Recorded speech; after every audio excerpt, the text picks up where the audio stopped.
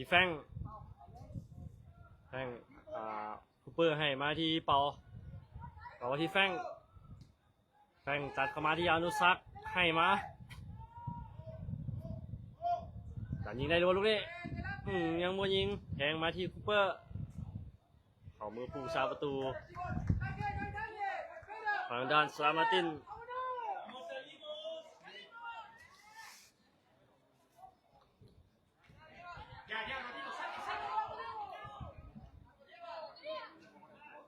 แฟงยังนำบานมานะโอ้ยกรรมการให้เป็นบอลฟ้าครับสลามาตินเป็นบานได้ฟรีคิก7-0เนาะ WAG ยิงขึ้นนำสลามาตินไปการยิงของหมายเลข7เนาะยิงผู้เดียว4ประตูนะครับแฟง2ประตู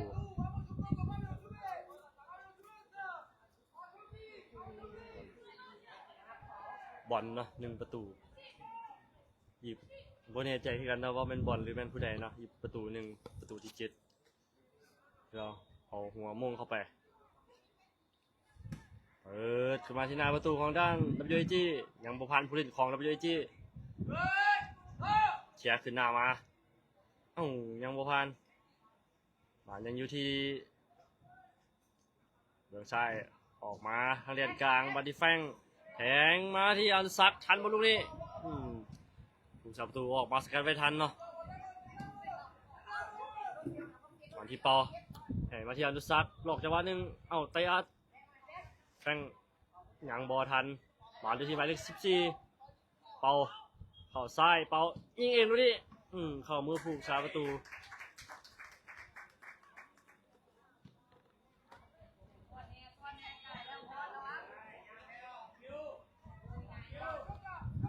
ดิซิโน่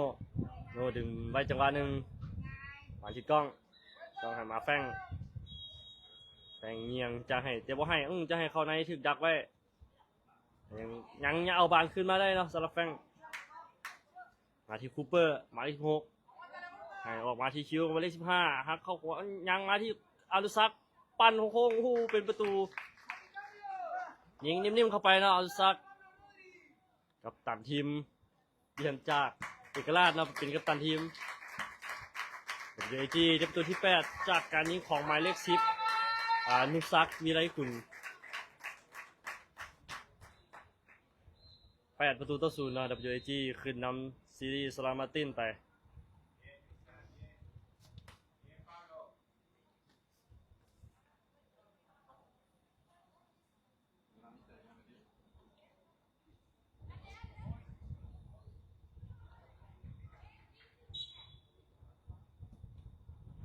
ตินให้สั้นๆมาที่หมายเลข19ให้ออกข้างไปคือหลังมาสำหรับซามาตินเนาะแข่งขันมา2นัดแพ้มา2นัดเนาะสำหรับซามาตินในมื้อเช้านี้สำหรับ WAG เขาแข่งมามื้อเช้านี้นัด1นัดเนาะชนะมา2-0มาที่อนุสักมาที่จะยิงเองยังไม่ได้ยิงตรงนี้เป็นประตู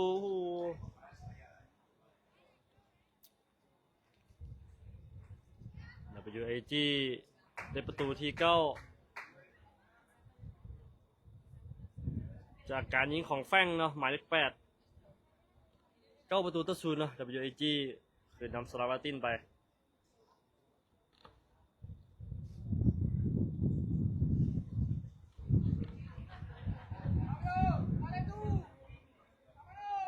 วันที่21เนาะมื้อแรงเนาะในเวลา 17:00เป็นเวลาเราอาจจะมีการแข่งขันกับทีมมาจากอเมริกาเนาะฟอร์มอะคาเดมี่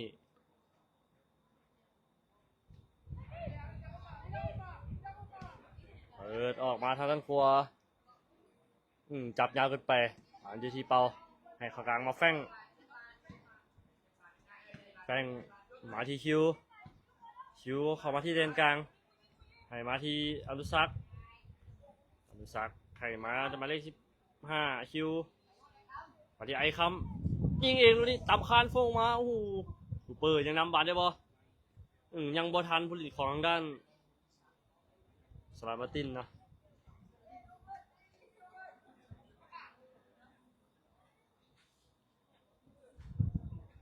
เป็นบานตั้งเตะจากหน้าประตูของสลามาตินจากประเทศสเปน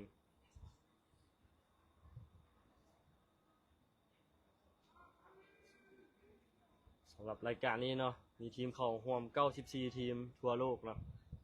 หนึ่งในนั้นก็จะเป็น WHG หนึ่งเดียวจากประเทศลาวที่เข้าร่วมวิธีเดินกลางผู้เล่นของสลามาตินให้ออกมาที่หมายเลข4ไงมุมแล้วโยนบอลมีไผ่หวานดิวทีซันนี่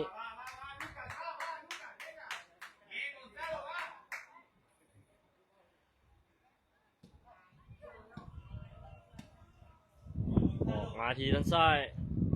เป่าบ่ทันเนาะมาที่แฟงยังได้ยุบมาที่คูเปอร์มาเลข16เป็นเดินทางมาร่วมทีมนำเนาะสำหรับคูเปอร์หมายเลข16มาจากประเทศอเมริกาเนาะมาที่เปาให้ขึ้นมาที่คูเปอร์ให้เข้าในกล้องยังให้บอลบุดีฉีกตัดบอลได้ส่วนกลับลูกบอลเนาะบอลที่สลามาตินส่วนกลับลูกนี้ทันบอลซันนี่ออกมาตัดบอลได้ทันเนาะสำหรับลูกนี้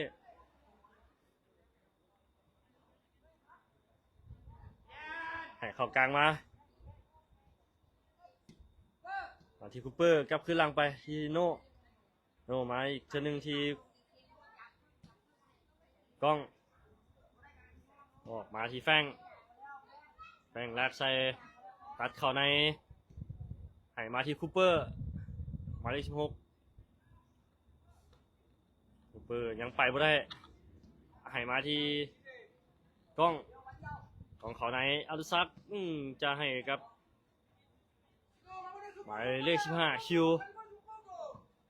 เป็นบานเราข้ามไปบรรทุกของ WHG ทุ่มสั่นๆมาที่กล้องกล้อง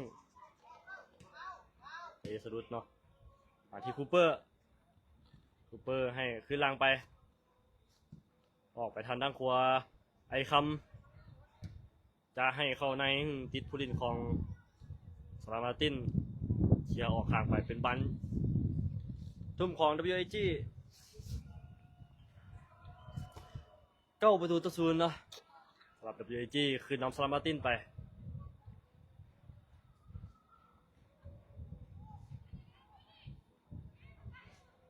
อยู่ที่แฟง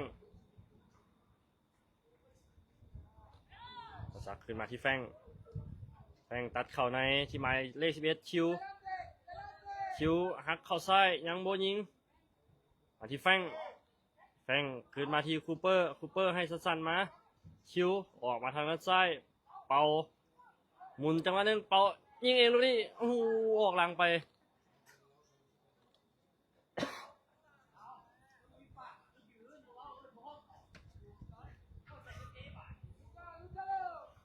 ตั้งเตะจากหน้าประตูของทางด้านสลามาติน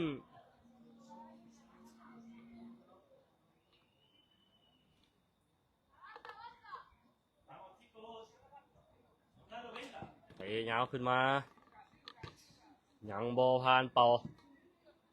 มาที่เดินกลางคูเปอร์บาดลุงเนาะให้มาที่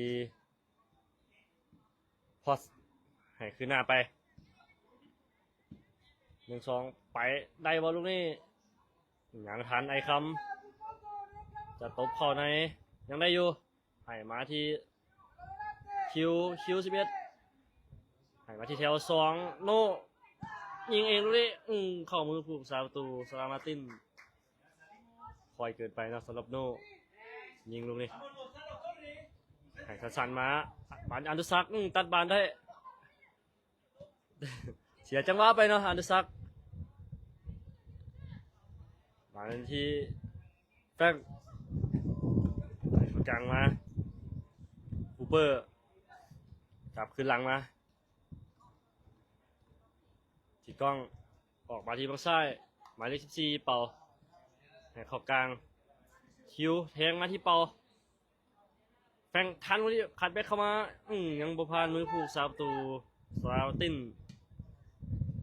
เปิดยาวขึ้นมาบานที่ผู้เล่นจับบานบ่ดีเนาะสำหรับผู้เล่นของสลาวัตติน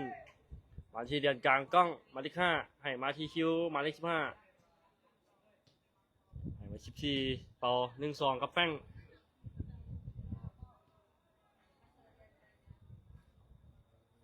ยังอยู่ที่แฟงจะให้คืนมาที่เป่าถือผู้เล่นของสลาวัตตินเชียร์ออกข้างไปเป็นบานโยนของ WAG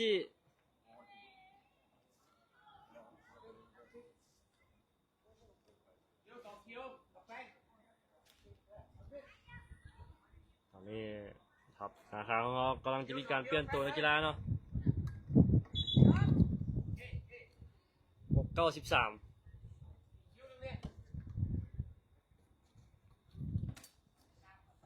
หมายเลข9แมนบอลหมายเลข6นิวหมายเลข13ติกโน่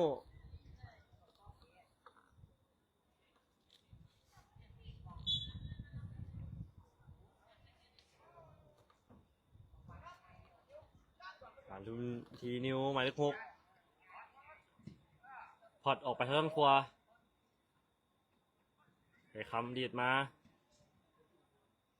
ที่ไอ้คำตบเข้าในไอ้คำหักเข้าชายยิงออกหลังไปไอ้คำตัดสินใจยิงเองยังยิงบ่ดีเนาะสำหรับไอ้คำเป็นบานตั้งเตะจากหน้าประตูของด้านสลาวัตติน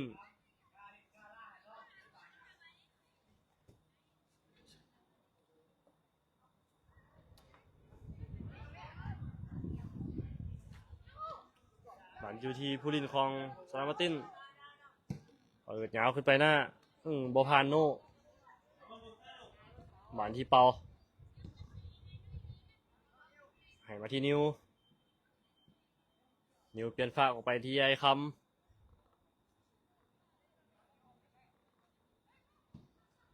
มาที่เปาเอาลากใส่ลูกนี่ให้มา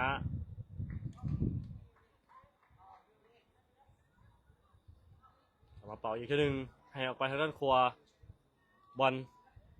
ลตบเข้าซ้ายบอลแวกเข้าในได้หรือบอลลูกนี้ให้ออกมาที่ด้านซ้ายผ่านเข้ามาที่หน้าประตูเฮงเกินไปแต่ยังนำบอลได้อยู่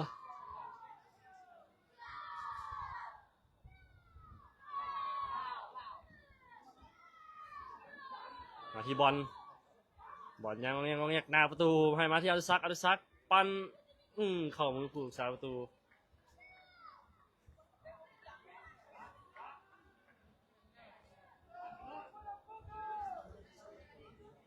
ให้ออกไปทางด้านซ้ายผู้สาประตูสลาวัตติน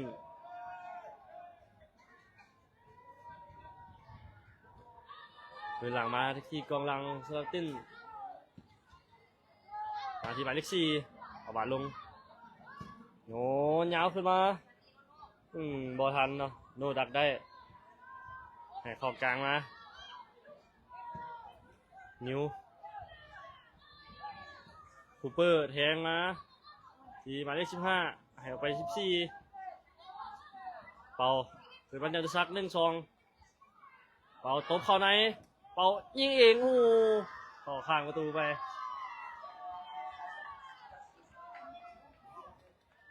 เป็นบานตั้งเตะจากหน้าประตูทางด้านสลาวัตติน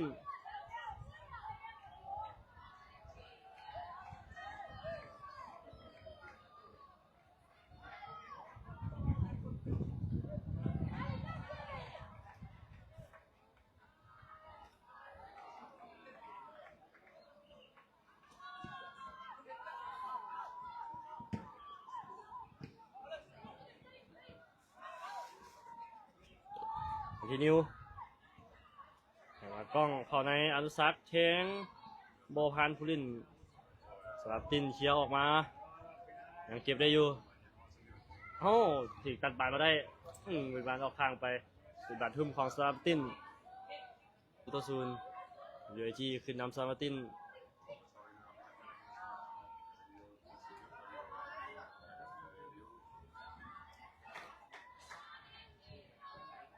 อย่าลืมนะเขามีแมตช์อีก1 แมตช์เนาะ ในวันที่21เวลา 17:00 เป็นเวลาประเทศลาวก็จะมีการแข่งขันกับทีมมาจากอเมริกา Form Academy ในเวลา 17:00 เป็นประเทศเป็นเวลาประเทศลาว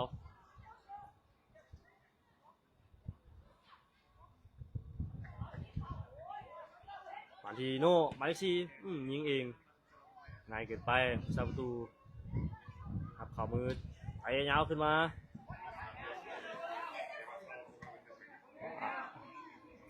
อันที่กองหน้าสลามตินยิงเอง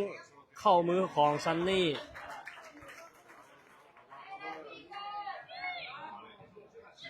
ให้ทันมาเข้าในหมายเลข4โน่แนมมึงมูแล้วยังบ่ให้ออกไปบนขวาแทงมาที่อนุสักดิ์กรรมการให้เป็นบานฟาวล์ให้กับ WAG เป็นบานฟรีคิกของ WAG เนาะลูกนี้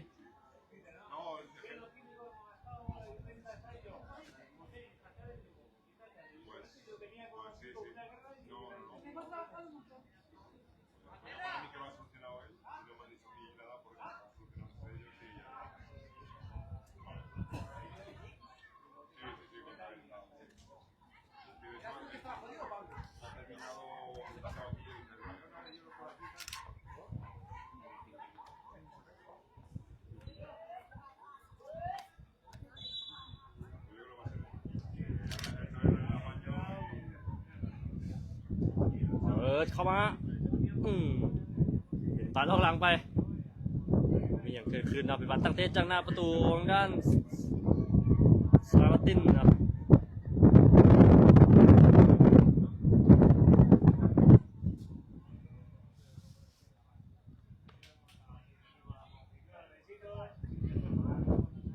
มาทีหมายเลข14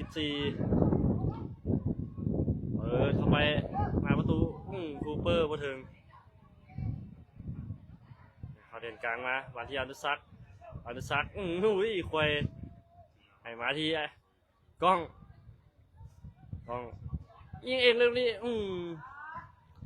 เป็นหมายเลข9เนาะ WAG ได้ประตูที่10จากการยิงของหมายเลข9บอล WAG ขึ้นนำซาฟตินไป10-0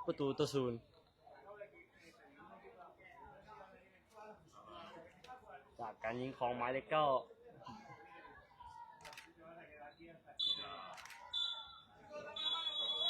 กรรมการเป่าวีดจบเกมการแข่งขันผลกฏว่า WAG เอาชนะสลามาตินทีมจากสเปนไป10-0ในนัดที่2รอบแบ่งกลุ่มขอบใจทุกๆคนเนาะ600 คน